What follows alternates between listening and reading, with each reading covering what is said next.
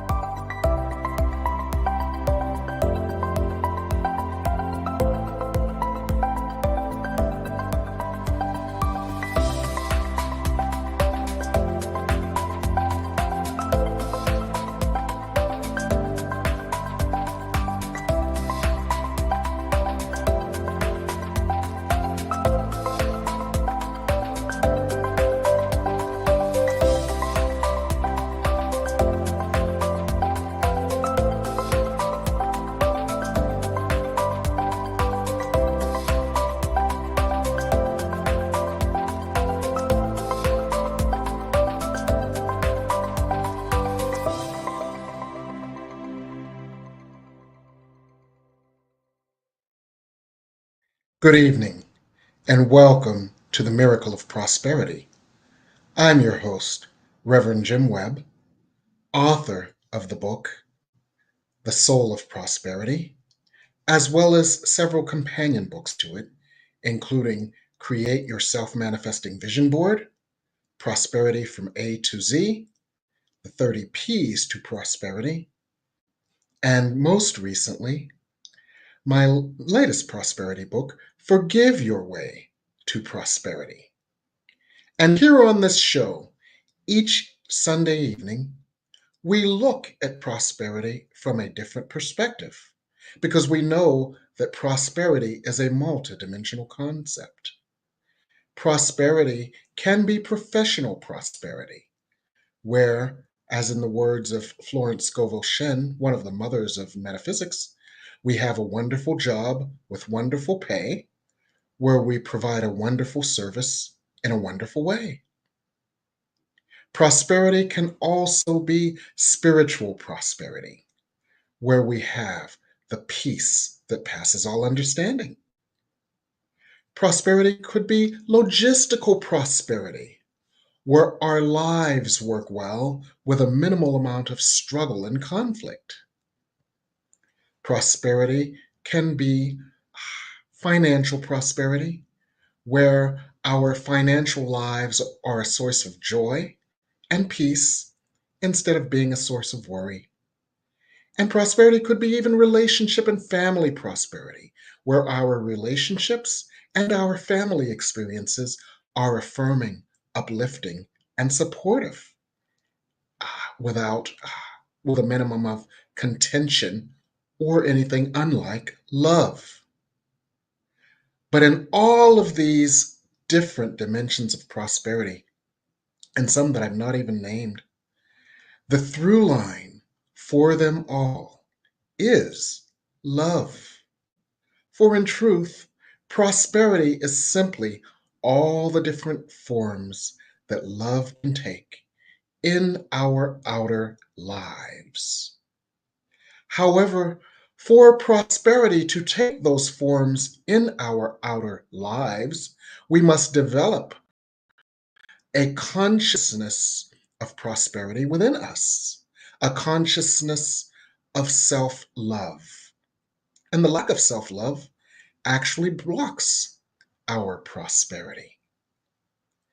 In other words, prosperity, in order to have or experience prosperity,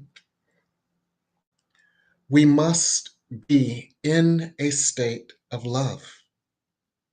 And not in love with ourselves in a narcissistic way, but in an energy of love, self-regard, high self-esteem, with a healthy, balanced outlook on ourselves and in our authentic selves.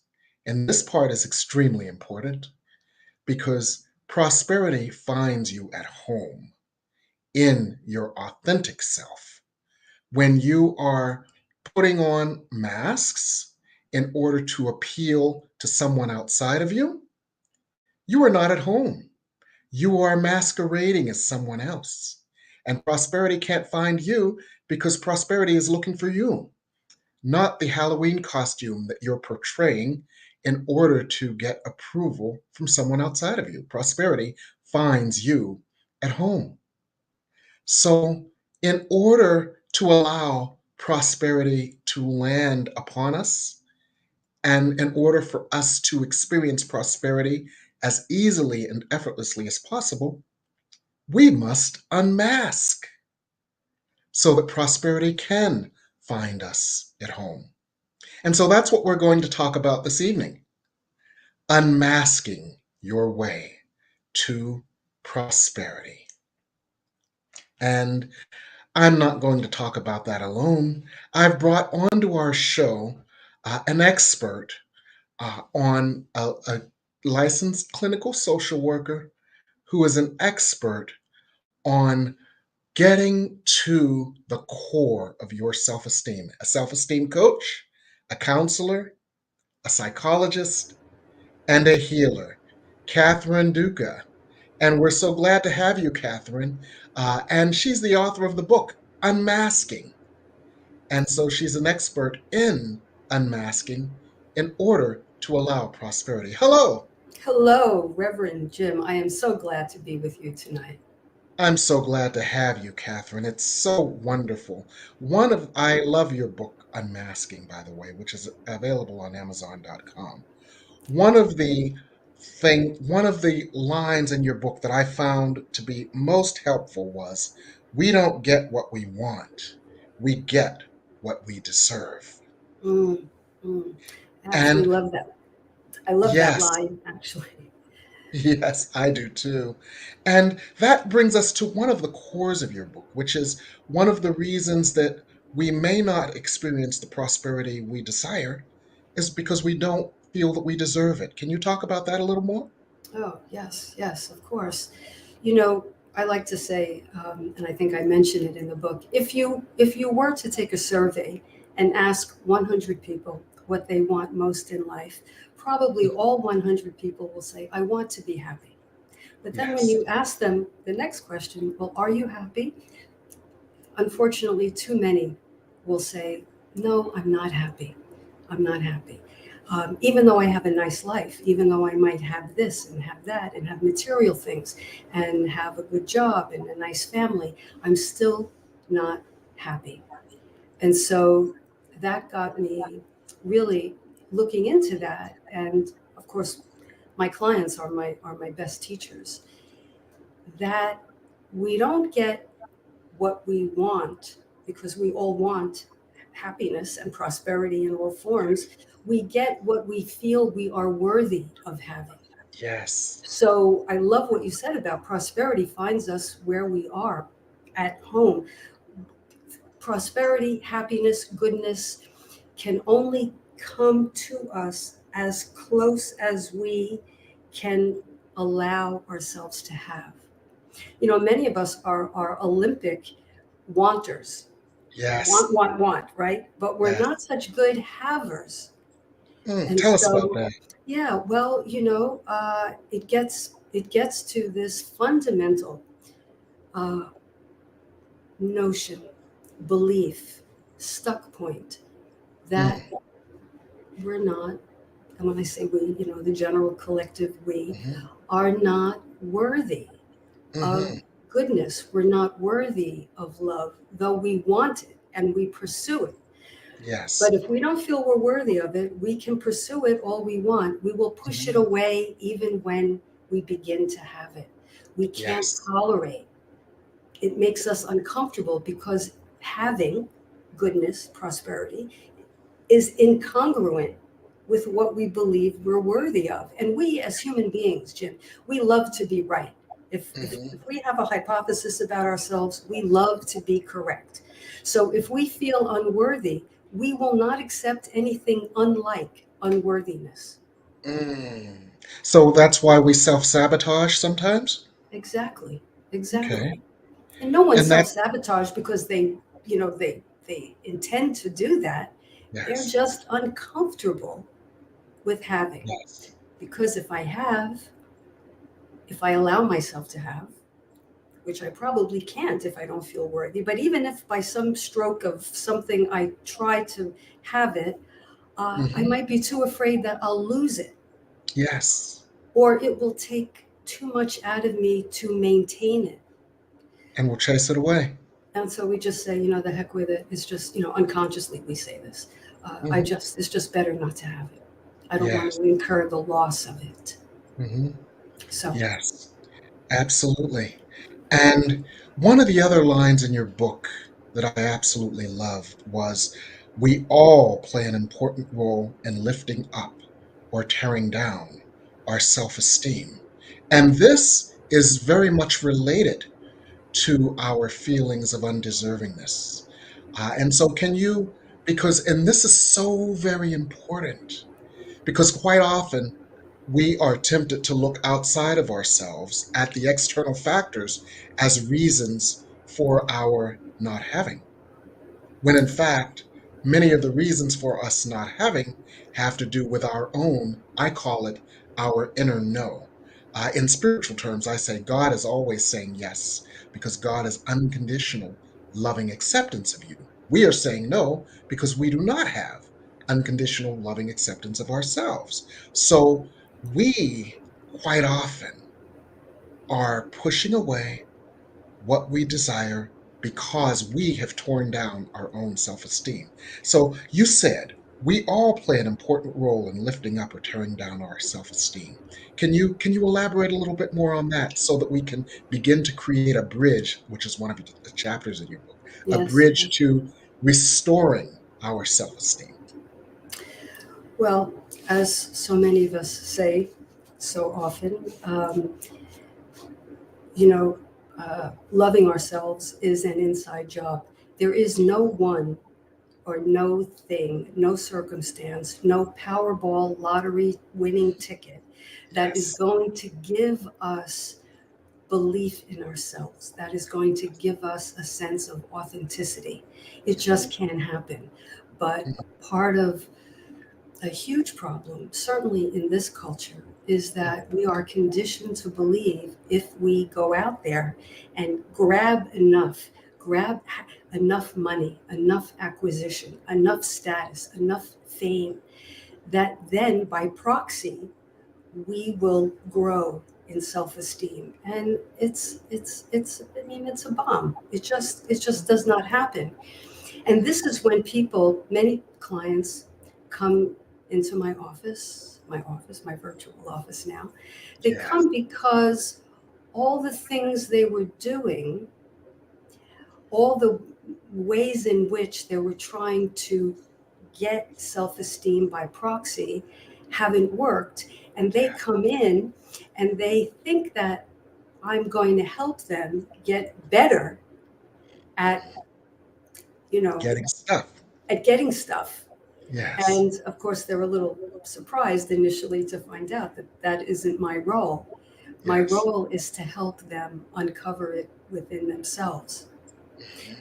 And now this is a journey. It is a journey Mhm. because I believe that we come into this world, we're spiritual beings, of course, Yes. having a human experience, right? Yes. Hmm. And in the human experience, we have a personality, Yes. a personality structure.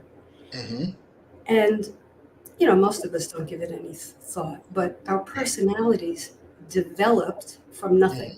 Yes. We're born, right? We're Yes. nothing. Mhm. We're little blank slates. Right. Well, I mean, we are nothing, meaning we haven't learned anything yet, We but haven't learned anything.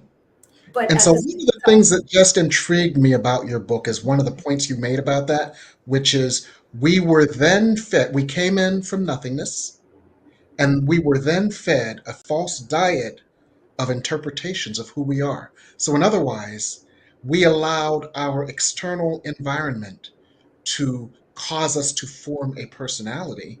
And am I right in inferring that that external environment that caused us to form a personality caused us to form a personality in accordance with their views and not our authentic selves? 100%. 100%. And this to me is so fascinating. Uh, you know, um, we, well, let me just go back and let me just clarify one thing, because I say that we come in as nothing, meaning we're in the realm of personality. We don't have one yet. But Yes. the other side of the coin is we come in as everything. We Yes. come in as pure love. Hmm. We I mean, we're nothing but pure love and Nothing but perfection. love. And little by little, it sounds like what you said in your book is that little by little, that part, all the parts of us, all the facets of it's like a diamond that we're vibrating with love. We learn we can't do this, we can't do that, we shouldn't do this, we shouldn't do that. If we do this, we'll be punished. If we do this, we won't be looked upon positively. And all of those facets of ourselves that we learn are unlovable. And our authentic self gets literally shoved into the back of a closet, so to speak. Is that It, accurate? it's completely accurate. You know, talking about needs, we have two uh, basic human Hmm. needs, and Yes. one is the need for attachment, Hmm. and the other is the need for authenticity, Okay. to be our own to be our own self, Our right? own true self. Our own Yes. true self. So these are the two needs. And what happens often, again, I'll speak to this Hmm. culture, is Yes. is that those needs become competing needs Or mutually exclusive. Yeah. for exactly the reason you bring about, which is our parents, our caregivers, our teachers, society at large gives us the handbook of rules. Do Mm. this, don't do that. Be this, don't be that. And Yeah. we are good little, you know, we're We're we're good, excellent we're, learners. we're excellent learners. And so we Yeah. say, okay, okay, okay. And then what happens is our need for authenticity gets sacrificed in favor of the need for attachment. Because what is a child to do? Yes. A A child child can't wouldn't get know her any own, better. doesn't know any better, right? Can't get her own apartment, or he doesn't have And an car infant can't keys. even get their own food. Can't care for themselves. Can't take care of themselves. So what do they So do? so we come up molded and shaped and informed Uh-huh. vis-a-vis the expectations placed on us, usually by very well-meaning people, Yes. right? They only Yes. intend most of the time to love Hmm. us and teach us. But this is Yes. what happens in the mix, and it Yes. and it goes unnoticed, because this Mm. is just life. This is just life. Yes. We think that is the way it is supposed to be because that is the way it is. Yes. Yes. Yes. So it isn't until later in life, Hmm. generally, something Hmm. happens, and we have a kind of a tipping point. Um, Yes. right? Many people go through this experience where they are. I mean, they may not have these words, but I will say, sitting across from them, they are bereft at Yeah. running out of authenticity. They're scrambling because they Yes. can't take the pressure of Yeah. meeting other people's expectations. Yes. But Yes. but again, their agenda is they think I'm going to help them get better at that. And so what happens in our work is they begin to recognize that underneath their persona, their mask, Hmm. their obedience to these expectations, underneath that is another world. Another world is their reality, their Yes. feelings, their own opinions, Mhm. and you know that's where the work gets very interesting, and the tide can be reversed. Yes. But Of people have to get to that crisis point generally, and that's when they come to you at that crisis point. Is that accurate? always, Always. Nobody ever comes because they say, oh, I just want Oh, I'm to. happy. I think I'll go see Catherine Duca. I would say never. That has never happened. Never ever has that happened. Yeah, because we all reach a crisis point. And at that tipping point, we can either, that's when we can make a choice for love, make a choice for authenticity. And that is absolutely fascinating. I want to just cover one more thing before we Please, go to break around this. And please. that is when we understand many of the things that, and sometimes it's a seminal set of experiences that has caused us to hide behind the mask or feel inadequate or feel not enough. When we understand and heal those seminal experiences at their source, we can then reclaim the authenticity and the happiness, joy, fulfillment, and prosperity that that invites. So, one of the things that I tend to get fascinated by I tend to get fascinated by the seminal experiences that someone has had that has contributed to the miseducation that must be corrected. And one of the things I loved in your book, Catherine, was that you had a seminal experience of watching Miss America with your dad. Mm-hmm.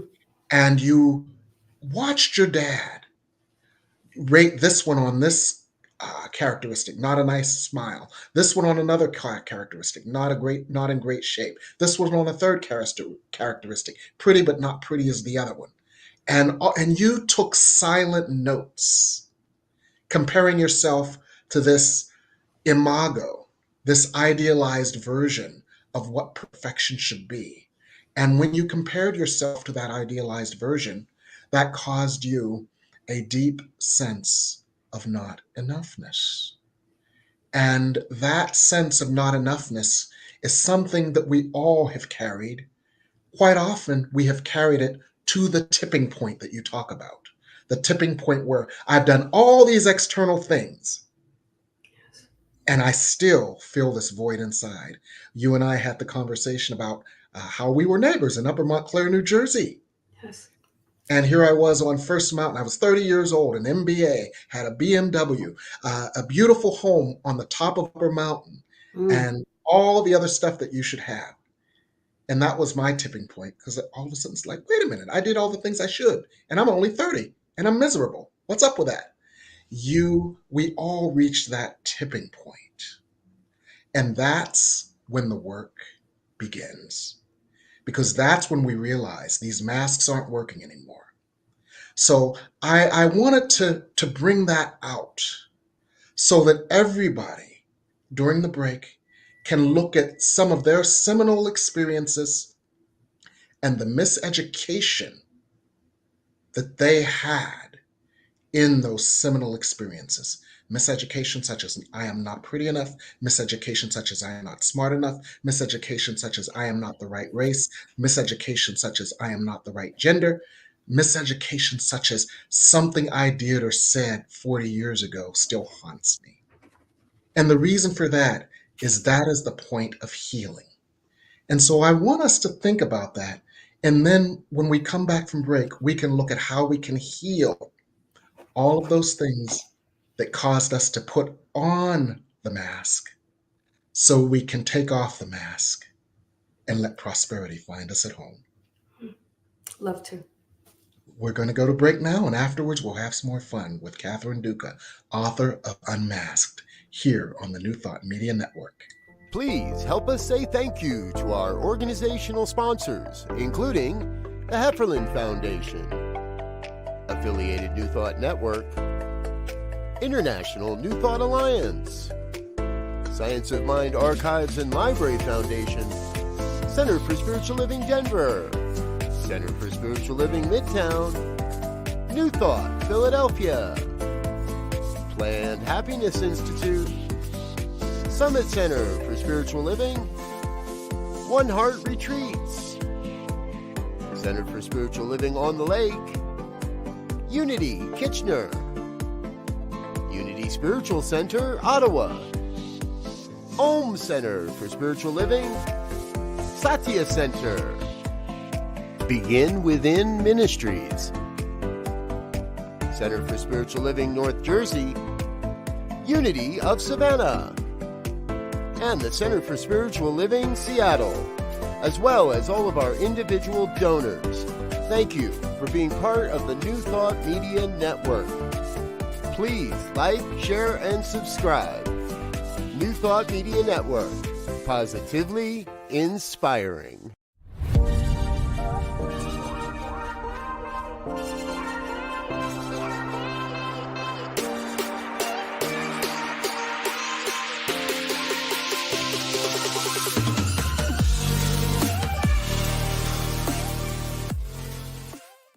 New Thought Media Network is on the rise. We're looking to grow with you. Do you have technical media experience or perhaps a desire to learn?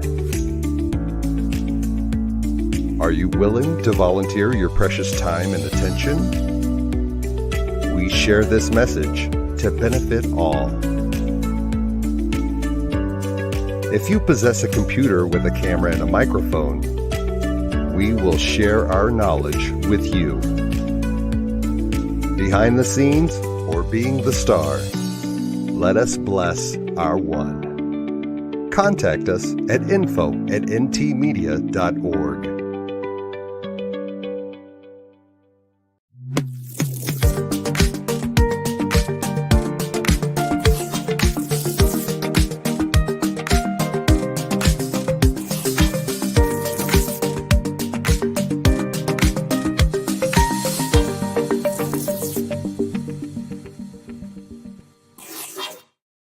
We're back here on the Miracle of Prosperity on the New Thought Media Network.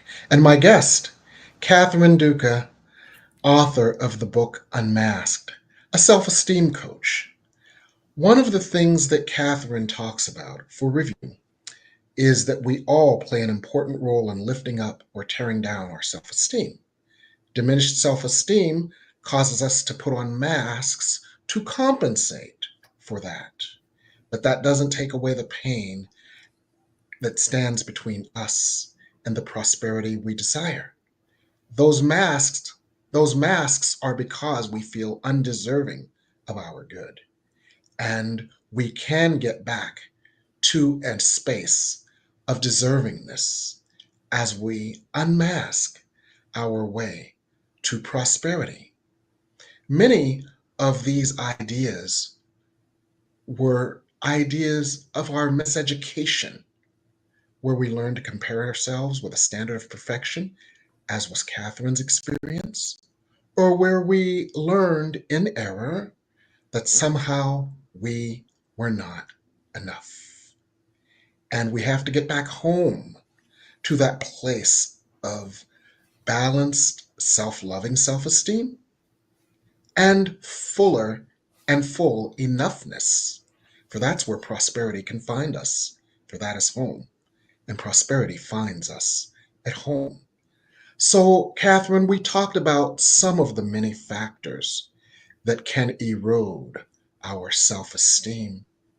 How can we rediscover our authentic selves and reestablish from within us a healthy, balanced sense of self-esteem and self-love, so that prosperity can find us at home? Well, that is the crux of the issue.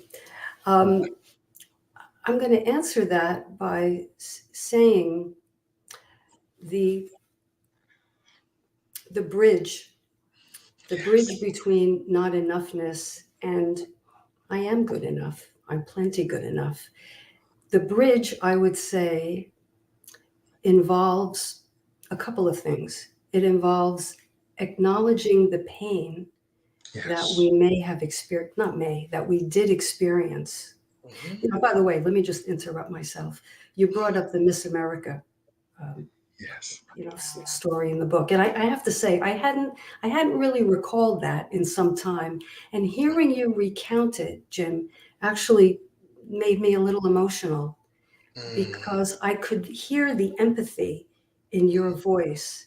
Mhm. And I took that in. And your empathy makes me look at that in sharp relief at that time, that Miss America experience. I look at Yes. that and I'm able to have more compassion for myself because the consequence of what my dad said Mhm. uh, was, because he said these women are so beautiful. And then whenever I had a flaw, like once I chipped my front tooth, he goes, up, you'll never be Miss America now, right? Mm, yeah. So I carried the pain of that for years, years and years and years. Yes. And the belief that I'm homely and the Mhm. belief that I'll never make his eyes light up like Miss Montana did in the Mhm. Miss America pageant, right? So the how to get through it is, one, I would say, acknowledge the painful truth of what that was like for a person, what it was Yes. like for me. And, Yes. and then, and I'll be interested to learn what you think about this, Jim. Mhm. I had to, and I help my patients do this as well. I had to acknowledge that even though I said to you, my dad was loving me, he didn't mean any harm. Uh, Mhm. uh, you know, he, I mean, he could have used better judgment, but he didn't. He was a good guy, my dad. But I had to acknowledge that I was angry with him Yes. for making me feel like that at 11 Yes. and 12 years old. Yes. So before I could forgive him, because I knew intellectually he didn't mean any harm, but the Right. longest distance is from here to here, Here is it to that. not? Yes, absolutely. So the bridge, and nobody likes to talk about Mhm. negative emotions, but I think Yes. we have to. Absolutely. I had to realize, darn it, I felt so badly for so long. He shouldn't Mhm. have done that. I was angry with him. And Yes. then after that, I had to Mhm. consider, well, what type of, what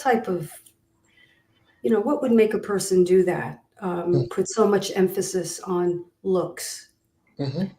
Well, briefly, I'll tell you, my dad was, I thought, a very good looking guy, but he had Mhm. a very prominent, we're of Italian descent, and he had a Yes. very prominent Roman nose. He had that wonderful Roman nose with a bump. I loved it. Well, he didn't have a bump. It was smooth. It was smooth, Okay. but it was prominent. It's prominent. And Okay. and he had it broken in his youth like two or three Okay. times. Okay. And he was very self-conscious of his nose. Mm. Okay. And I think my dad just like developed kind of an overemphasis on looking good, and he wanted me to be pretty, all the time. And though I could never be as pretty as Miss Texas, that was the bind. But Right. his criticisms came from his own insecurities. So Yes. once I acknowledged my own pain and I Mhm. acknowledged my anger toward him, then, and for me, only then, could I come down a notch and recognize my dad was wounded in that area himself. And he, probably felt vulnerable and was trying to be tough around Yes. his vulnerability. And then Yes. so then I could look at him more as a person, not just my dad, Yes. beyond all reproach. He was a guy, he was a person, he had his nose broken twice. He Right, and was, he was a product of his own environment. He was a product of his own insecurities. He was a product of his own miseducation, and almost like forgive them for they know not what they do. with the caveat, I would say, of acknowledge how you feel toward the Yes, toward the toward the person. absolutely. Now, on a meta level, A Course in Miracles speaks about, forgive them for what they didn't do. It's all an illusion, and nobody is Yeah. really, you Mhm. know, I don't know if I should say nobody. I mean, because this gets into muddy waters here. Well, Um, I hear what you're saying, though, because what you're saying is that in order to get to that place of forgiveness, which I believe is an inner state of peace and an inner state of being okay and feeling love where you were not aware of love's presence before. Getting there involves acknowledging the truth of what happened, acknowledging its effect on you, uh, ex- allowing the emotion, expressing the emotion, releasing the emotion, allowing grace and new information and new perspective to come in to that place where there was a wound.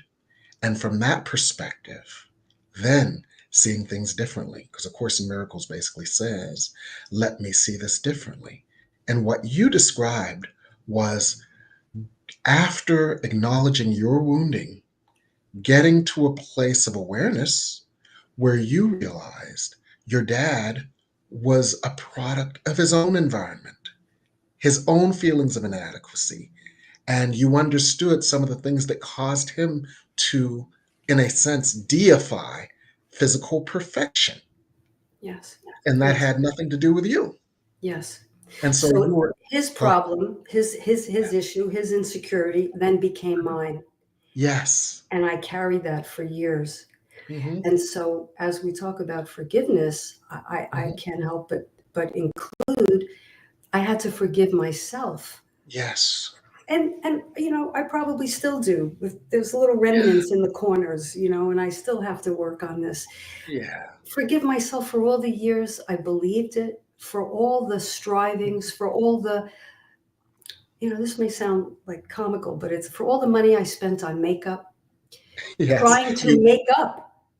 Trying to make up. I loved your story about at the makeup counter when you asked the woman, well, what makeup can I use to turn my eyes green? My daddy likes green eyes. You said And it. she just You said, said it. She said, no. your eyes are brown, dear. It's not going to happen. It's not going to happen. So and that's almost a metaphor for self-forgiveness, self-awareness, self-acceptance, because it's okay. All this time, I had believed, due to someone else's miseducation, that green eyes were more valuable, more lovable than brown. And all of a sudden, I had to realize my eyes are brown, they're going to stay brown because it's going to take another 15 years for them to invent colored contact lenses. Probably. Yes, yes, yes, yes. And so let me just accept myself as I am and release all the judgments I have had about myself, all the anger I have had about myself, all the unconscious saying of no that I have had about myself when God was always saying yes to me because I was miseducated by someone who was miseducated. Yes, yes, indeed. So I had to let myself off the hook, and then I had to go one layer beyond that and Yes. grapple with, well, you know what? Maybe I'm not my eyes. Hmm. Maybe I'm not my height. Maybe I'm Yes. not my legs, you know. Yes. Maybe and then by extension, maybe I'm not my bank account. So these things they are aspects, of course, of who we are. Yes. Hmm. But we must be careful, and this is where people really, really, grapple. I use the word intentionally. It's Trouble. not Yes. always easy. That Mhm. my worth is not tied up in that. My worth comes from someplace else. That place within where there is light that we find through meditation, through prayer, for the release work that releases all the energy, miseducation, and anything unlike love, so that that place within us that is light and love, that is our true, authentic self, becomes discovered, appreciated, and when we can truly say, I am not a body, I am free, for I am still as God created me. And that's just not esoterica, but we begin to feel that deep sense of ourselves as eternal beings. And it sounds Because like, go ahead. because it's the separation, right? Yes, I think you'll agree with this. It's the separation from source that yes, our masks and our defense mechanisms and our suit of psychological armor prevents us. We're like airtight. So yes. It's like hermetically nothing sealed. Yes. nothing Yes. gets out, nothing gets in. God's love can't get in, oneness can't get in. We are Hmm. separate Yeah. beings suffering. Mhm. So I think that and I learned this originally very early in my career from one of my earliest clients who, upon termination of therapy, said to me, she said two things. She said, Kathy, I've had to get a new address book. That's how Mhm. long ago, because my relationships are made of something different now than they used to be. So, Uh-huh. and she said, you know what you've given me? No one was more surprised than I was to hear this. She said, you've removed the debris Mhm. that now I can feel connected to something larger than myself. Yes. She taught me. I wasn't spiritual. I was quite Catholic. I went Uh-huh. to Catholic school from nursery through Oh, college, so I had a lot yeah. of Catholic going on, but Uh-huh. I wouldn't say I was spiritual. And this client planted the seed. I'm just a construction. I'm just removing the debris Yes. so that this person can be the Yes. conduit for God's love. Exactly. And part of removing that debris is, as you said, uh, acknowledging negative emotions, understanding the source of them, releasing them, which creates a void that then allows, and that release is the release of the debris, and then allowing, let's call it God's grace, to move in. And the more we hold and experience God's grace, the brighter our light, the more likely we are to attract its reflection. Because God's grace is simply love, and prosperity in our outer worlds is simply a reflection of prosperity in our inner world that we cultivate through our spiritual practices and through getting a practitioner such as Catherine to help us to uncover the miseducation, its pernicious effects, and to help us to release it so that we can find and embrace our authentic selves so that prosperity can find us at home. So I know some of our viewers have questions of us. So we're going to go to break and come back and answer your questions and come back with some other surprises here on the New Thought Media Network.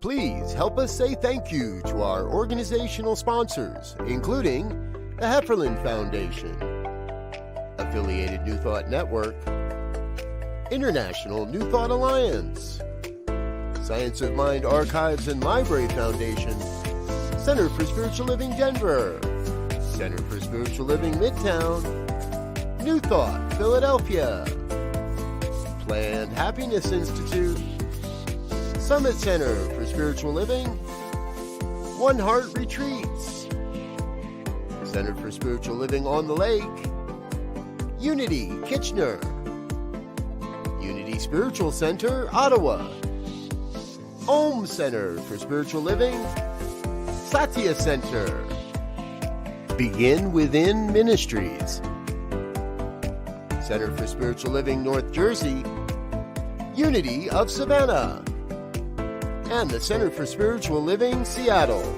as well as all of our individual donors. Thank you for being part of the New Thought Media Network. Please like, share, and subscribe. New Thought Media Network, positively inspiring.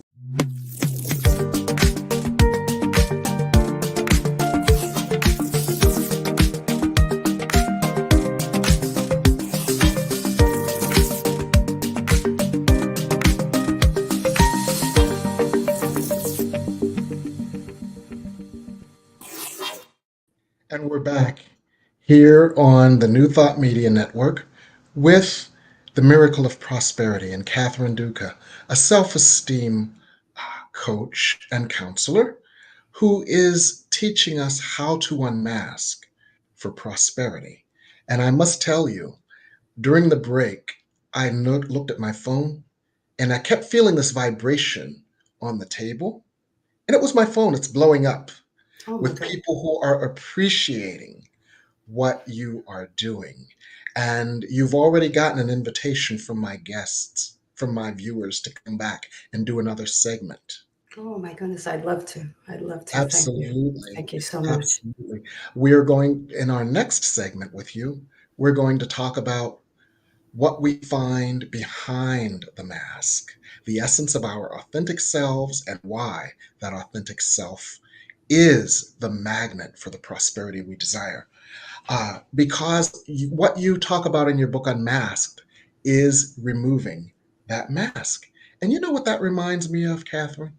Tell me. That reminds me of Rumi, the Sufi poet, when he said, love is all there is, and love does not have to be sought outside of I'm paraphrasing, and love does not have to be sought outside of ourselves. All we have to do is to remove the barriers to our own awareness of love's presence.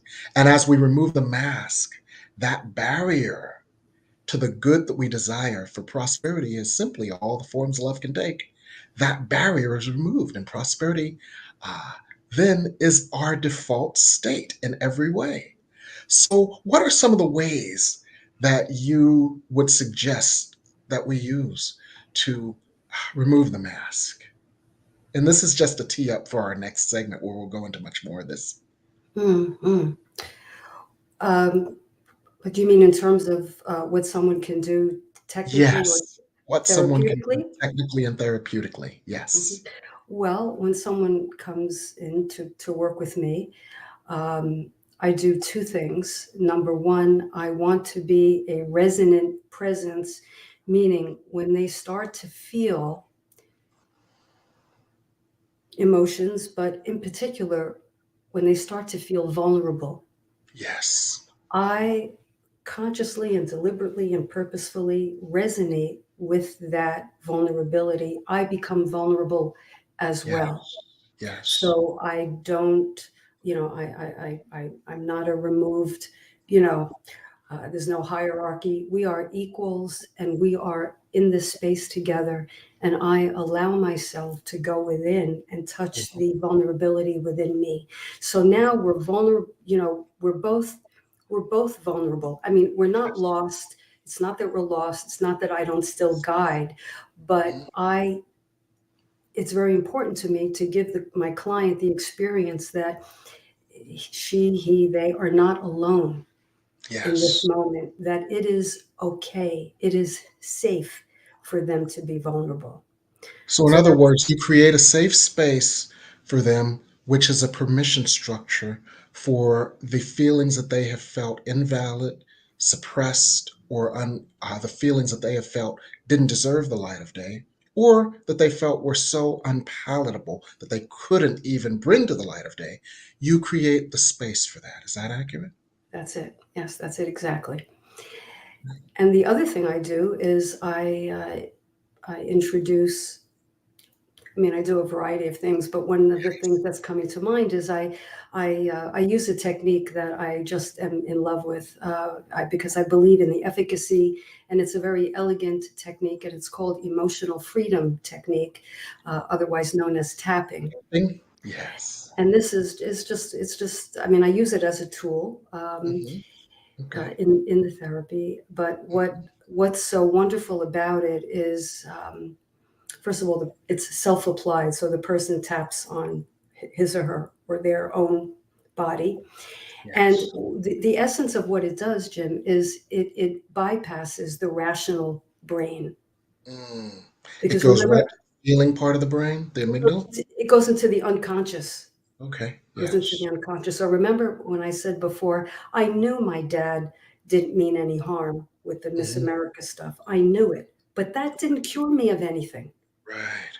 So I actually underwent the technique myself, Hmm. tapping, and I mean I can explain it if you'd like me to, but it's a mind body technique. Yes. where we literally tap soft percussion on certain meridian points. Yes. And meridians are channels on which Energy channels energy flows, right? You're Yes. familiar with that. Mhm. And this is an extension of, or built on the principles of acupuncture. So Yes. ancient Chinese medicine doctors believed that any dis-ease was the result of clogged or congested qi. The Energy. energy wasn't flowing, it was clogged. Mhm. So instead of using needles, this is called acupuncture without needles, you Mhm. tap, and that sends a vibrational Mhm. cue throughout Yes. the body to the brain. Mhm. The brain. Now, the ancient Chinese doctors didn't really know about neuroscience. Only lately have we, through experimentation and tests, realized that not only is the energy being rebalanced, but the part of our brain that says, oh, this is bad. Oh, you have to go into fight or flight or freeze because you're in danger. There's a threat. That that it was observed that under CAT scans, that part of the brain, the amygdala, which was hyper aroused during a threat, actually cools off. Mhm. And so the chemicals that amygdala begins to release, Immense. Yeah. stress calms down and the body regulates, and the prefrontal cortex can come back, and Yes. we can think more clearly. Mhm. Yeah. So I use the technique to bring the client through the, the myriad of emotions and Mhm. memories. Um, Yes. so it would sound something like, even though your dad implied you weren't pretty enough, um, you know, uh, so as a therapist, I speak and then the client echoes me. So I would say, even though I didn't feel pretty enough, I love and accept myself anyway. Yes. Yes. The reason we do that is because I am not my appearance. I have this issue around my appearance, but I'm not defined by it. Yes. So that's just Abs- very, very the ABCs of this wonderful technique. Yes, and it's a wonderful technique. And one of the things that you mentioned in your book, which was just fascinating to me, is the East meets West of it. As in many things that I live near the NIH, and many thing many things that they want 40 years ago when I moved down here, many things that they called voodoo, Mm, then they started wow, calling alternative medicine. that's right. Then they started calling it complementary medicine. Then they started calling it integrative medicine.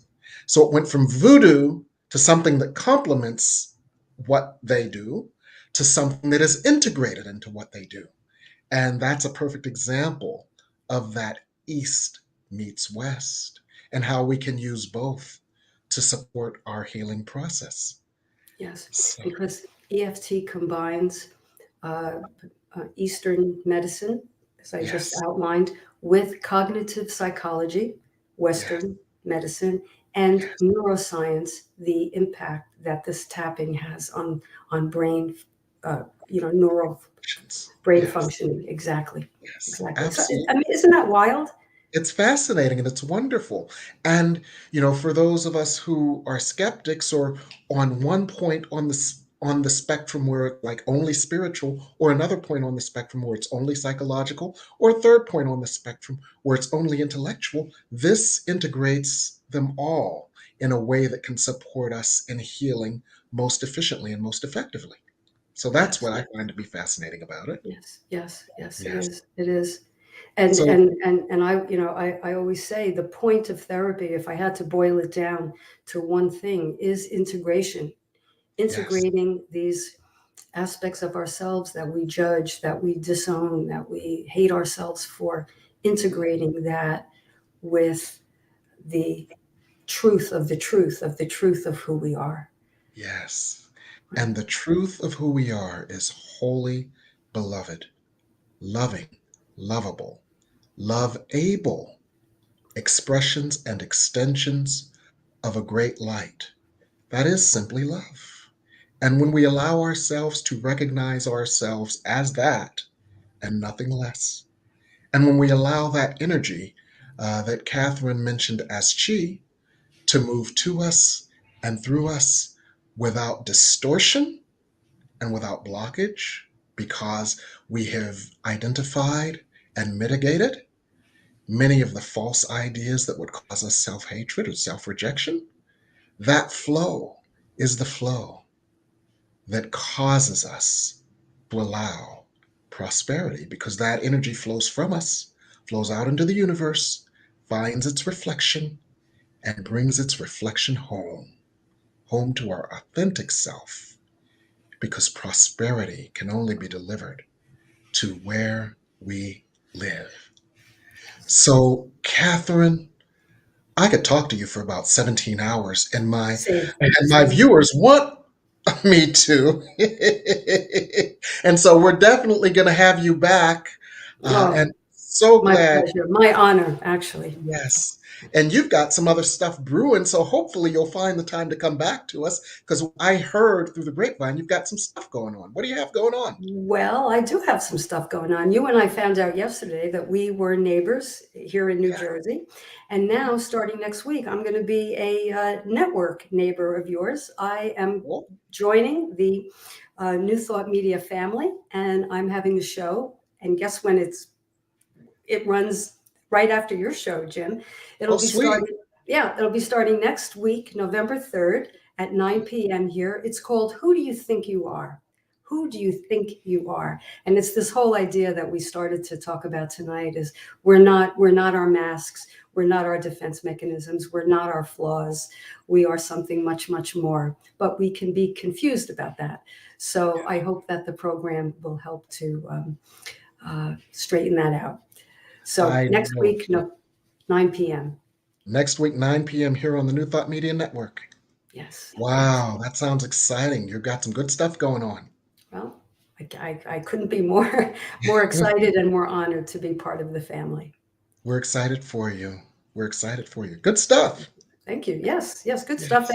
And, I can be reached by email anytime, Mhm, Catherine at catherineduca.com. mhm, I'm going to have an Ask Catherine segment on the show. So listeners can email me their questions anytime, and I'll see if I can answer them on the show. And mhm. of course, the book Unmasked: Discover the Hidden Power of Your True Self, which I think we co-authored that book. Really, I have to look for your name on the cover, Jim, because you really, really, it's a pleasure to talk with you. So simpatico with many of the principles in here. So Yes. Well, it's a wonderful book, and it's a book I would recommend everyone work with. So thank I you, just loved it. Thank you so much for writing it. It's a gift to the universe. thank you so much. Absolutely. So you've got some good stuff going on. I do. I think did I leave anything else out? I got the show coming up, got the book, I do my work. That's it. I'll be running some workshops soon, which I did quite a bit before COVID, but I'll be doing them virtually now. So stay tuned for that. Yes, let us know about that, because workshops are so important, because they give you an opportunity to work with people more in a more in-depth way than simply watching a show. Yes. So And my she's got car. some good stuff going on, doesn't she, Michael? Absolutely. Reverend Jim, what do you have going on? Oh, Jim, yes, tell us. I got so caught up in myself, Jim.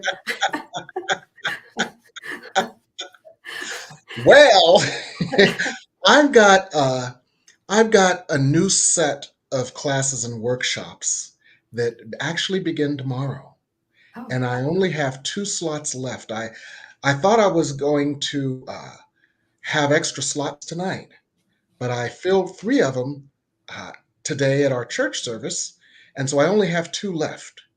Uh, and this is about mastery. Personal mastery is getting to a place energetically, spiritually, psychologically, where you have the tools and you use the tools to be unflappable, to feel a sense of peace, to feel a sense of assurance and confidence, no matter what is going on in your life. And so on Monday nights, we're doing Spirit Speaks on personal mastery. where Spirit will talk directly to you about building self-esteem, building self-awareness, building a more deep view and experience of yourself as spirit and not as body, ego, or your miseducation. And this class is one where spirit will guide you into your mastery, where you become more integrated with your highest self. And you move through the earth. Yes, you still have a body, but you move on the earth and look at the earth from the perspective of your highest self. And then on Thursdays, we're going to do a class called Manifesting from Your Highest Self. Because, as the scripture said, with God, with man, this is impossible. But with God, all things are possible. So Spirit has been downloading so much information on how we can go into our higher self space. And from that space, easily and effortlessly manifest what may have seemed to be difficult from our human ego space that has been littered with miseducation. So we're going to do these two classes, two for the price of one. You enroll in one, you can use the other, and vice versa.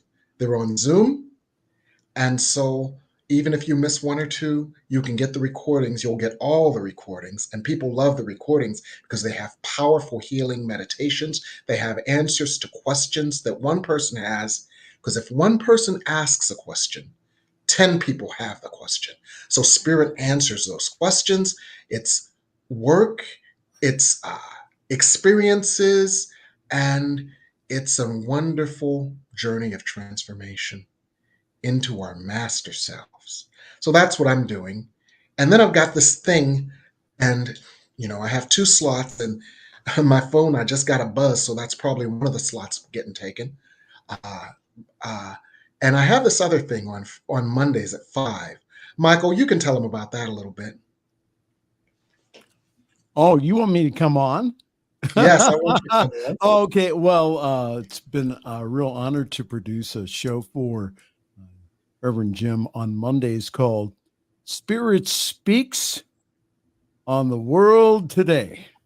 Yes. Yes. And so that's at 5 o'clock Eastern time.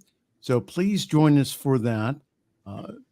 Jim channels the masters, and you get to ask questions about what is going on. I am particularly curious about what Spirit is going to say tomorrow with all the still the turmoil going on. So it's going to be a good show tomorrow. Spirit Speaks on the World Today with Reverend Jim Webb tomorrow evening, 5 o'clock Eastern time, 2 o'clock Pacific time, here on your New Thought Media Network.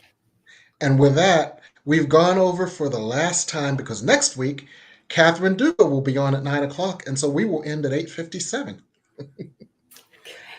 But for tonight, I want to thank you once again, Catherine, for being our wonderful guest. Our audience has enjoyed you so, and you've shared so much good information. We look forward to seeing you again, and we look forward to seeing you on your show. But for now, we'll say goodnight here on the New Thought Media Network.